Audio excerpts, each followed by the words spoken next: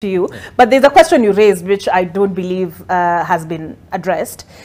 Prof, Charles says this, mixed messages. Raila Odinga is sending us mixed messages. He gave his blessing to Luo Nyanza to receive President William Ruto. Then he comes back and tells us, I do not recognize the legitimacy of the Ruto administration. No, I think the go ahead for Nyanza, that was politics at its best. He was not going to stop those governors and those MPs from meeting the president. He knew that. Now, because he's not going to stop them, what he does is to tell them to agree. Now, this is what he is now saying. He's saying that at that time, the dossier which he is having are not come out. Now the dossier has come out. So what I'm saying is Raila is playing politics. Yes, that's why I'm saying that this is what the civilized communities do. And I like his exposition on how the handshake evolved. I did like it. I did like the handshake between Raila Odinga and Uhuru Kenyatta, because for me, Raila abandoned his troops. And this is why Ruto very gladly picked them and made them Asolas. Because if Raila don't go to Uhuru Kenyatta, the Asolas would have been with Raila Odinga, because that has been his territory. So he abandoned it, he joined the Kenyan elite, and therefore he became an elite. This is how he got his signed line. So I'm advocating the fact that you go chase them there, but behind the scenes, realize that your mother Kenya is naked. Both of you figure out how to clothe this mother of ours quietly. It does not even have to be public. But the idea that I will defeat him, now that idea will deliver serious problem in 2027. Don't dismiss the complaint. Hear it. And then in both of you, figure out, we don't even have to know that you are talking. We don't have to know. We need to understand that both of you have interest of Kenya at heart, because they do.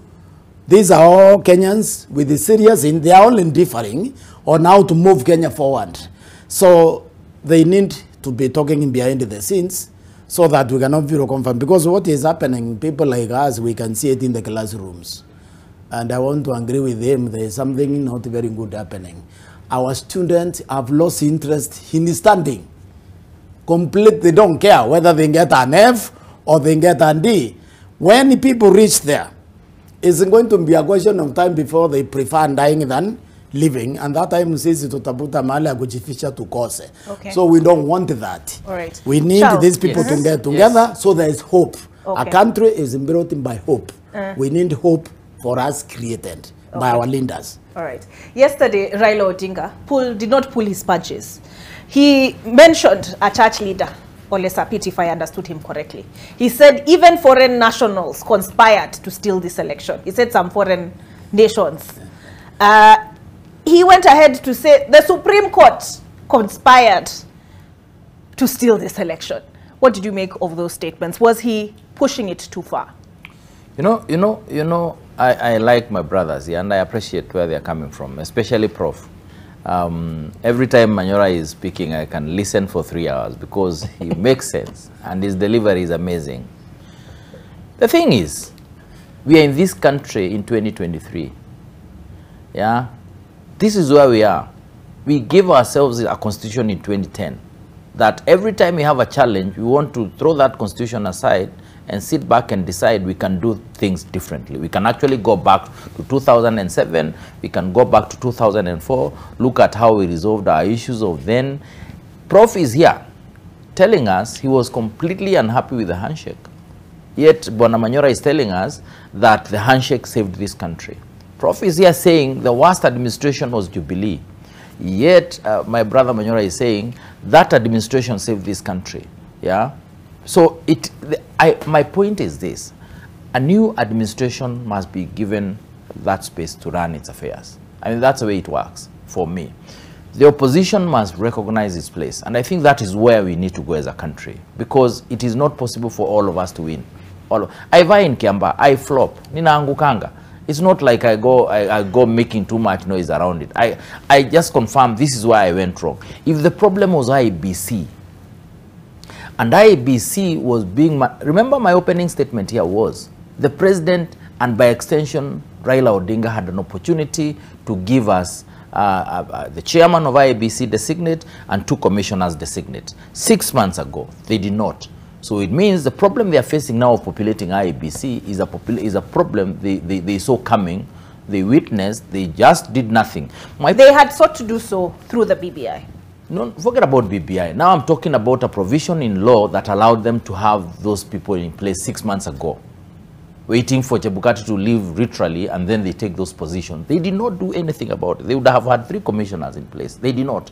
So now there's a problem.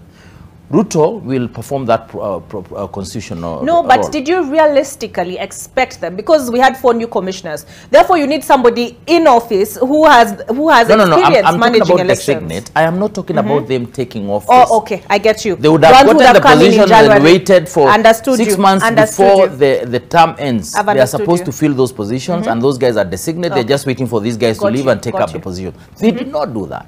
So we are here having a problem with populating IEBC. 6 months ago, you had an opportunity. You were in power to do those things. You did not do anything about it. Now we have a problem. Now, what do you expect the president to do? And I think that's why this conversation, the conversation we had that Prof is saying was politics, where the governors and everyone received the president in Nyanza. That conversation should have continued with issues being raised that in the back room, where we have this problem. Can you meet the head of the opposition, or can we at least send us so that we have a discussion around how to do this? Now the cat is already out of the bag. There are discussions in the public domain. You don't recognize this government. How do you expect Raila tomorrow to recede and say, now I recognize? How do you expect Raila tomorrow to wake up and say, now we need to populate, IBC is okay with the process that is being used to populate IBC? So to me, that's why I'm saying this is politics by excellence. You know, it will go on like this, and what needs to happen is the president has a responsibility as a symbol of national unity to calm the country down. That's where I agree with Prof. The other side, especially the leadership of the country, the executive of the country, both the CEO and the deputy, must move a notch higher and go like, this is politics that is happening. This is our explanation as to how we arrived at the decision to populate IEBC this way. This is what the law says. Talk to the people. The people Raila is addressing himself to also need communication from government. And Kenyans are bright. They know where politics stops and where facts and figures start. Have a conversation around it. First, start by talking to Kenyans, because I think the problem is both bulls are just there staring at one another, you know, almost starting a fight, and everyone else is just watching on what is going to happen. The government has a responsibility to better communicate on this issue, better communicate on the allegations that have been laid out there. For example, you know, showing even Ruto's hands are tied in terms of what can you possibly do with IBC right now when IBC is supposed to be independent in the first instance. Even Bunge can stop Ruto on his tracks in terms of the commissioners he picks, because they'll ultimately make a decision on who gets appointed. They're the ones who actually give a nod after the whole process is done with. Bunge belongs to the people. Those Jubilee guys we saw yesterday are members of parliament representing people. So my point is this: let us not sit here and tell Kenyans that there is something that can be done na huko nyuma. Let the country start being calmed down fast. I think that's what is important to me. Let this talk slow down. Even His Excellency, the Right Honorable Raila Odinga, has a responsibility to calm down this country. It is true, he's unhappy, all those things he's saying, but can he now tell us, for example, who will order this independent audit of the ballots? Okay. And how will that happen against a backdrop of a non-existent commission? Yeah. So if we can have that conversation, then maybe we can come to this studio and go like, that's a good disease, that actually can work. Because I have a problem there. What will happen? How is this supposed to happen? First and foremost. Number two, you want the president to indict himself and go like, these elections were not okay. I am resigning next week. Naturally, it's not going to happen. So okay. I think this is the conversation that needs to happen.